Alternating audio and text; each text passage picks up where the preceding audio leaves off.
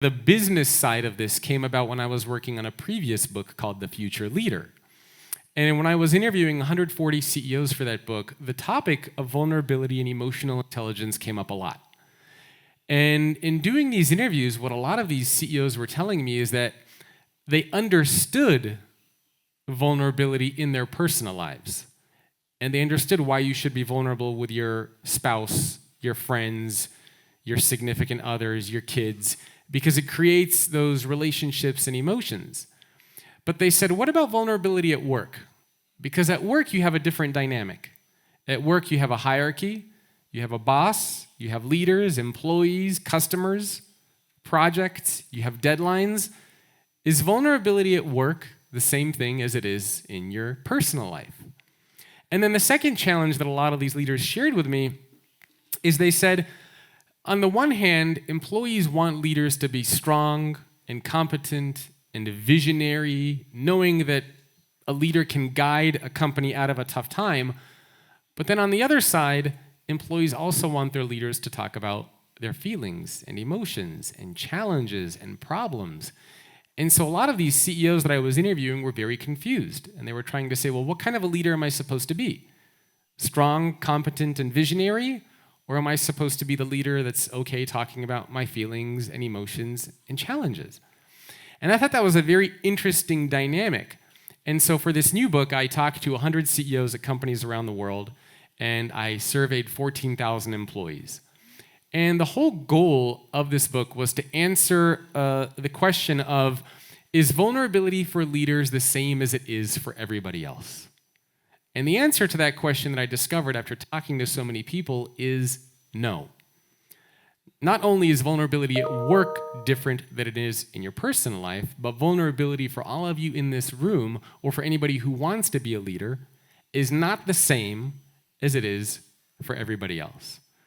And so what I've learned from this book and from doing all this research is that leaders should not be vulnerable at work, but instead they should lead with vulnerability. And there's a big difference between those two.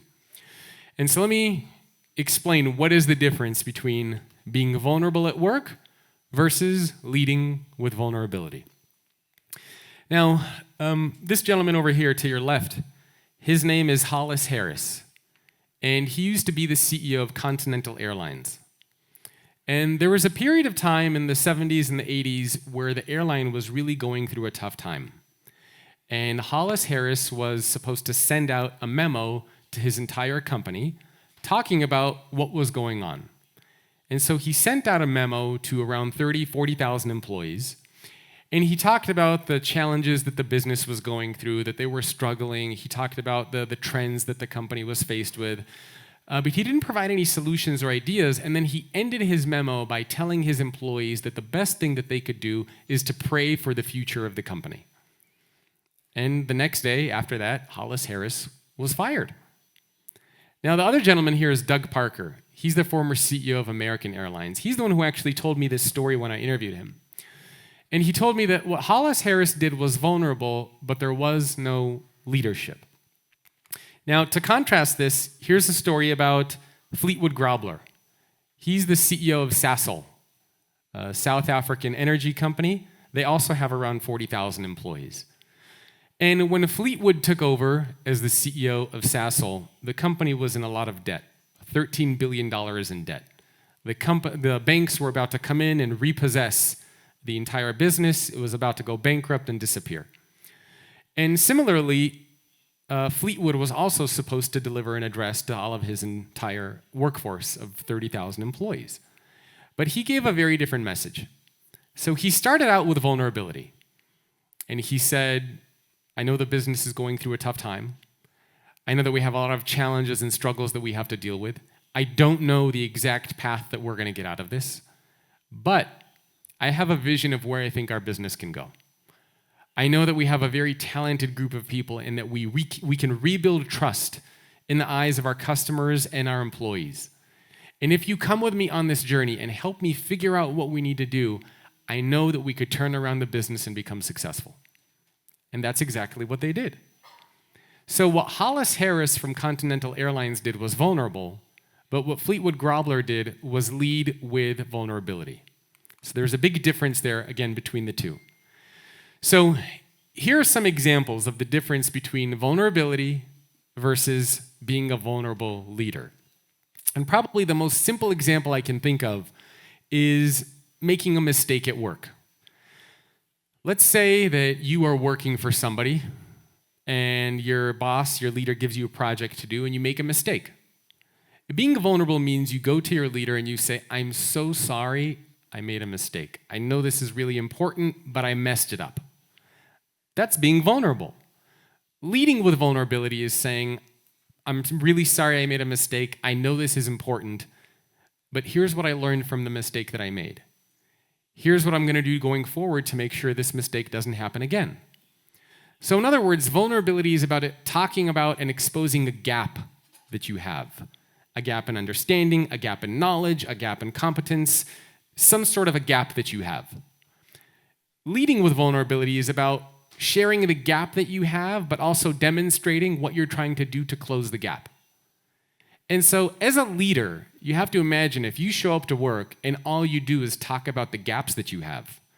I made a mistake, I need help, I don't know how to do this, I'm struggling. If all you do is talk about the gaps that you have, then the people who work with and for you are going to look at you and they're going to wonder why you are in a leadership role to begin with. So instead, what's far more valuable is don't just talk about the gaps that you have, but demonstrate what you're trying to do to close the gaps. Inside of an organization, this is extremely important if you are a current or aspiring leader. So don't just talk about the gaps, demonstrate what you're trying to do to close the gaps. One of the CEOs I interviewed, his name is Steve Bilt. He's the CEO of a company called Smile Brands. And he gave me a great analogy for this. He said, pretend for a minute that you are in 6th grade. And you keep showing up to 6th grade, and you're asking about 4th grade math. Eventually, your teacher and all the other students in the room are going to look at you and they're going to say, this is 6th grade and you keep asking about 4th grade math. Maybe you should go back down to 4th grade. However, let's say you're in 6th grade math, you're asking about 4th grade math, but now you're telling everybody, I hired a tutor to help me. I'm going to stay after school to get help from the teacher. Instead of doing 5 homework problems a night, I'm going to do 10. Now, people are going to look at you and they're going to say, okay, well, you talked about the gap that you have, but you're also demonstrating what you're trying to do to close the gap. And so the perception of you becomes very different. People will look at you and say, okay, well, I get this person has some things that they're trying to work on, but I love their initiative. I love that they're trying to get better. This person has a lot of potential and capability. This person's going to go far in this company. So again, don't just talk about the gap, talk about what you're trying to do to close that gap.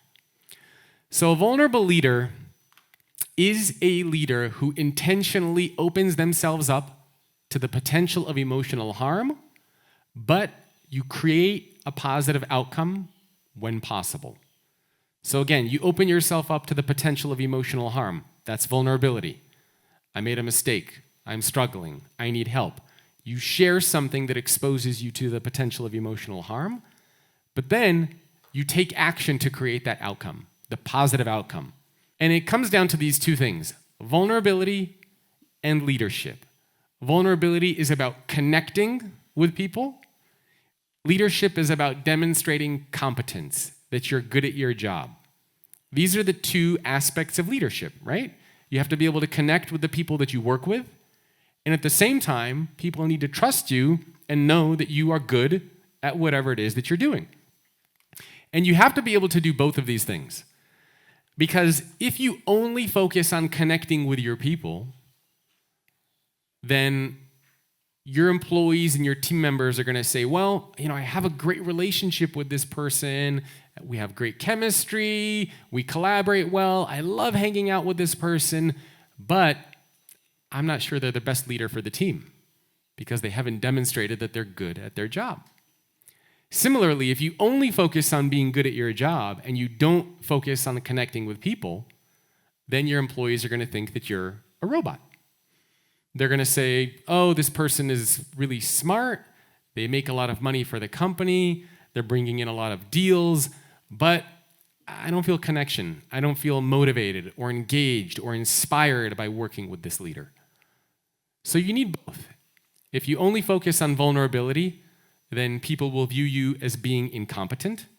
And if you only focus on competence, then people will view you as being a robot.